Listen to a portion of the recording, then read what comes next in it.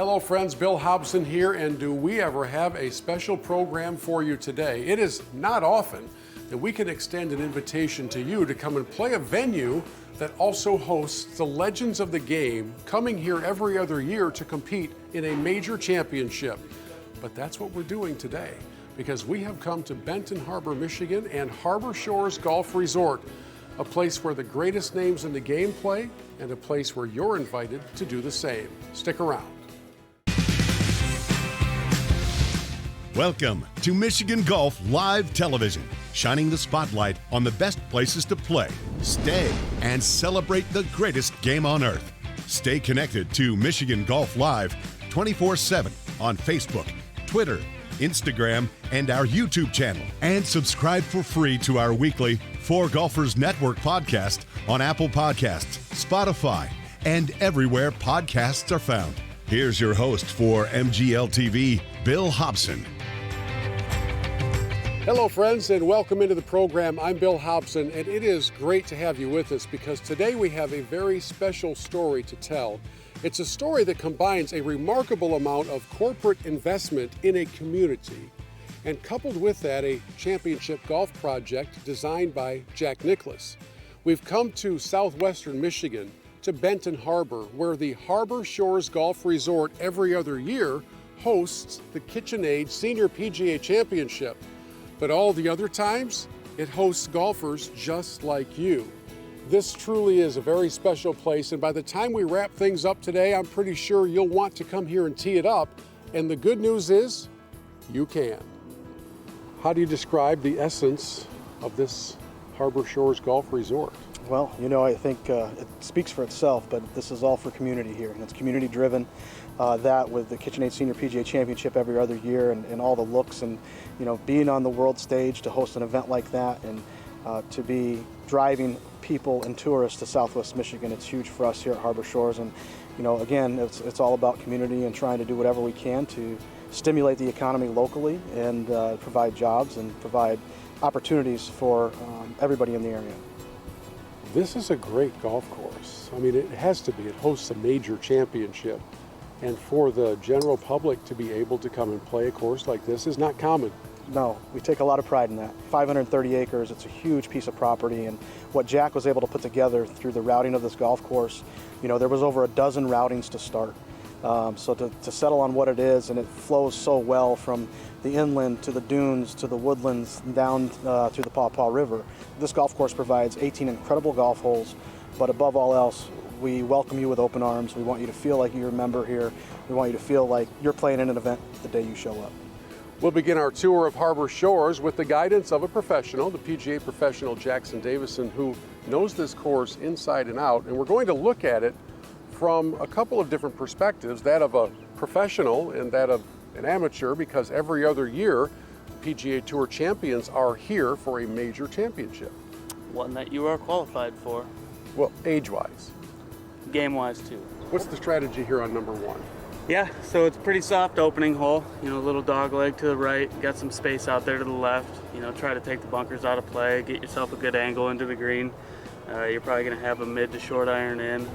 And it's, you know, like I said, a relatively soft start to the golf course. 2 and 3 present some different opportunities. You're going to have short clubs in hand, but you're going to have trouble surrounding the green. So for both a pro and an amateur, is number one just grab driver and let her rip? Yep, grab driver, left of the bunkers. If you're long enough, you can take it over the bunkers, a little into the wind. You probably just want to favor the left side.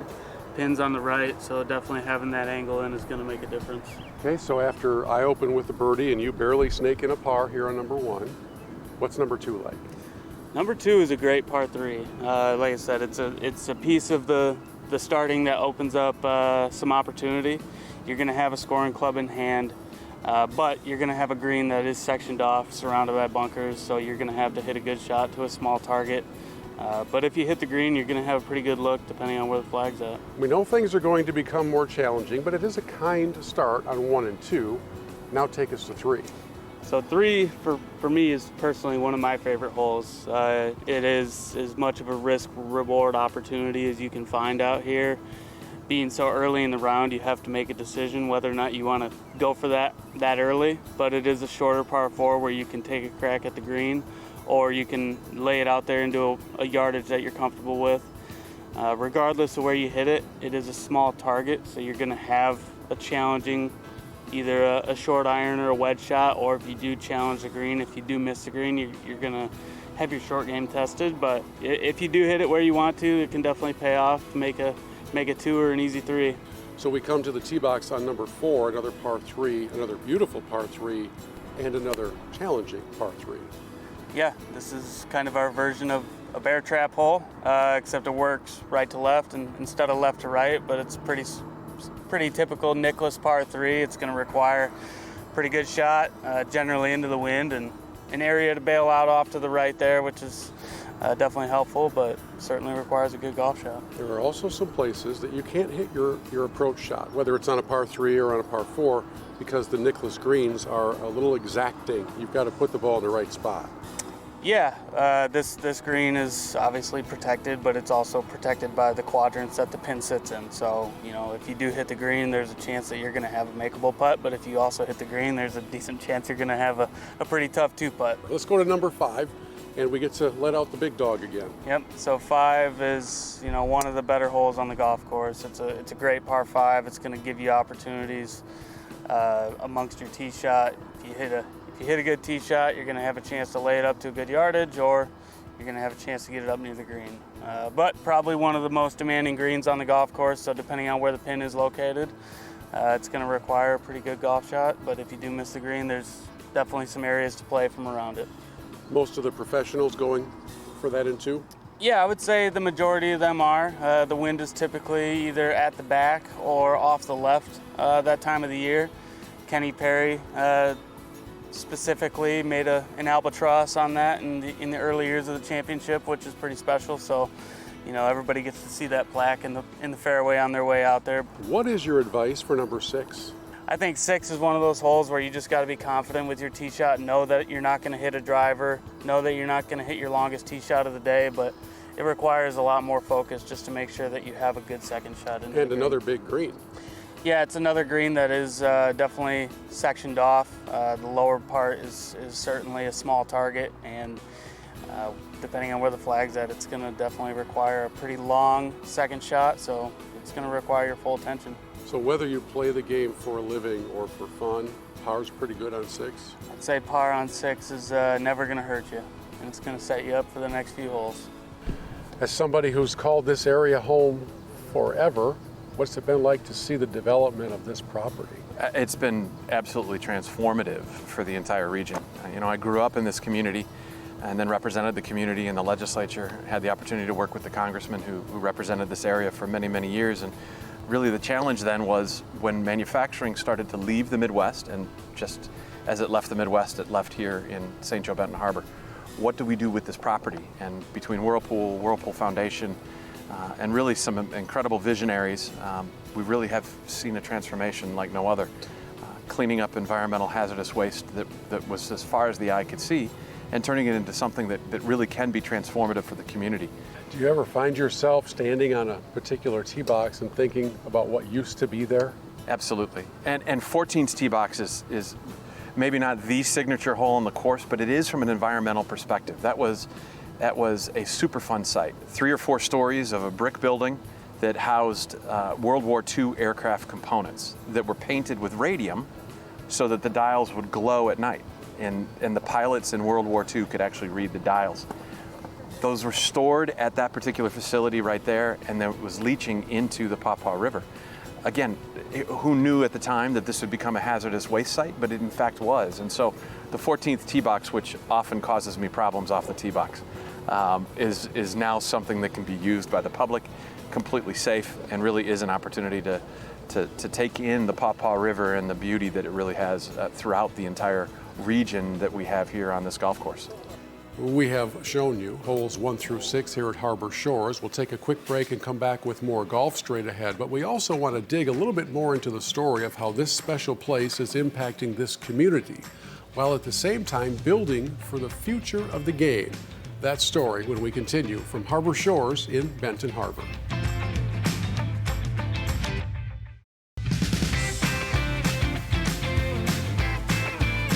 Welcome back to Harbor Shores. Enjoy And let's head out to the 7th tee.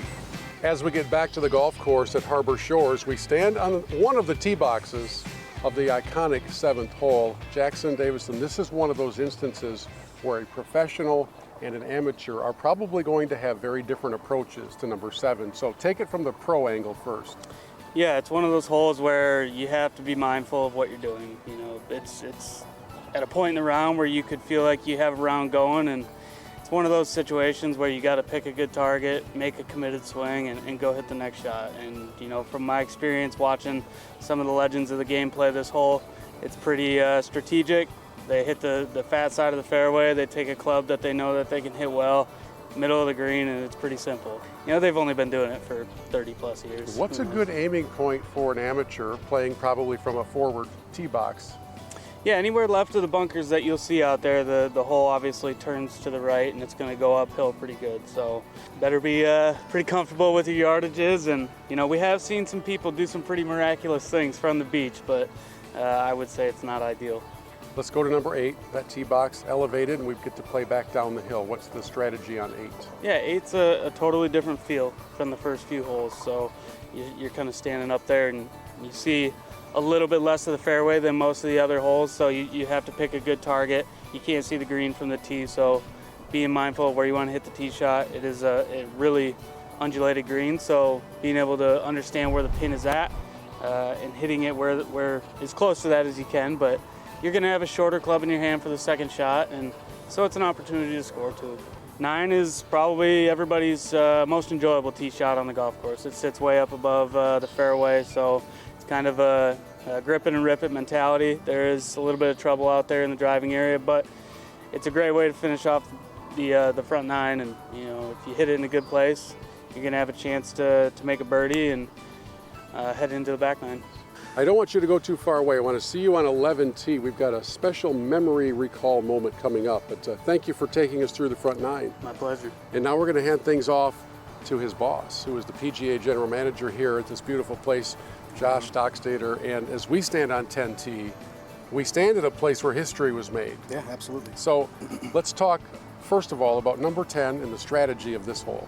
Well, I think Jack built it in a way where it's a second shot hole and a risk-reward par 5 at that. The green is 15,000 square feet. It's a massive green complex. I think a vertical change from front to back, 12 feet. So, you know, you get a wide fairway out there, slopes from left to right. Anything down the left side will give you an option to go for it in 2. If the pin's anywhere but up front, it's a very difficult second shot. And if you miss the tier, I wish you the best of luck. And so one of those characteristics of a Nicklaus design is you've got to be accurate with your approach shots on every green, right? Absolutely, and especially at Harbor Shores. This golf course was designed to make the shot makers hit shots, you know. And I think, you know, from the tee you have a lot of expansive fairways to be able to hit strategic bunkering, but if you're going to give yourself a chance to make birdies, you have to hit it in the right spots on the greens. If you don't, it could be a long day at Harbor Shores. This beautiful par 3 11th hole, talk about demanding an exact iron shot. This is certainly that, right? Yeah, absolutely. And going back to what we said before, you have to hit the right spot on this green. There's 3 really different parts: back right, middle left, and up front. Middle left is probably the most difficult, and lucky for us, that's where it is today. Going into this hole, what a lot of people don't know is Jack designed this after number 7 at Pebble Beach. So yardage-wise, coming down, downhill terrain, of course not the ocean to the right, but water to the right. Water of one form is water of another form. To most people, yes. You still can't play your ball out of it. That's right. I also have a kind of a flashback moment from our prior visit here on number 11. I want to bring Jackson Davison back in for just a quick moment, because it was here just a couple of years ago that a special moment took place. What do you remember about that special moment as we go through the archives? Well, with you being here, I just remember being extremely nervous. Right, yeah. You were like 4 under coming to this tee. Yeah, so you put that type of energy out there. Yeah, the shank energy? Nevertheless, yeah, they say that the most important shot is your next shot, but what happened that day has kind of lived with me for, you know, we'll call it a better part of 3 years. Yeah. Every single night, head on pillow, reliving the shank moment. Yeah, it's, you know, one of those stories you tell in the holidays, around the Christmas dinner table, all that good stuff. So. Well, the good news is today we're going to give you a chance at redemption, and the last thing I want you to do is think about the shank. Do not think about the shank. I know you love that 12th hole. You've talked about how it's one of your favorites on this golf course. Why do you like it so much? Well, you know, typical Jack, he designs left to right golf holes a lot. And because he naturally hits a fade, I would too if I had the opportunity to. But it's a sweeping dogleg left. It requires two very precise shots. If you hit a really good tee shot over or just right of that bunker out there, and then it leaves you typically a wedge or 9-iron into that green. And then the green complex is just like all the others. You have to hit it in the right spot. Otherwise, you're looking at a very tough two-putt. We also discover that the bunkers out here, they're no joke. When you're in them, you may not be able to see out of them. Correct. A lot of fingering in the bunkers out here. There's actually 72 of them. And, you know, ultimately, again, it tests you. If you miss those greens and greenside bunkers, it's going to test you to get up and down from there as well. I know you take a great deal of pride in the impact this place, this project is making in this part of the world. What does it mean to you? Well, it's been a fabulous journey. You know, we have people from all over the country come here for the first time and play, and they're very complimentary about the golf course and the beauty and, you know, being on the lake and the rivers and all that. And they say it's just a wonderful place. I said, well, if you would have been here 15 years ago, you would call it a miracle, because it wasn't like that when we started. It was an old industrial zone. We had some environmental challenges and that sort of thing. But the concept of Harbor Shores was to be the catalyst to really drive economic development throughout the community, as well as being a magnet for tourism. You know, it is now achieving everything and more that we ever expected. We're about built out now on all the homes. The golf course just gets better every year. It's one of the best in the country. It's really a must-play course now for serious golfers. So yeah, we take a lot of pride in our community. It's generated jobs, investment, but most of all, it's something everyone in our community is very proud of. And we've turned something that was really a very big negative to a very big positive. This is, by all accounts, a really special place. From a member's standpoint, what's it like? Well, I mean, you can walk around here today and just see everything that's going on, right? We've got kids practicing for junior PGA, members getting ready to go out for league night, you know, guests coming in to play. You know, Harbor Shores really embraces their role in the community. Well, Harbor Shores has just been such a great addition to our community. You know, it's a championship golf course, and when you're on the golf course, you can actually see things that showcase why we love Southwest Michigan. You get close to the lake and you see the dunes and the inlands, and that's why we think it's really special. I hit it harder than Bill Hobson. Probably true.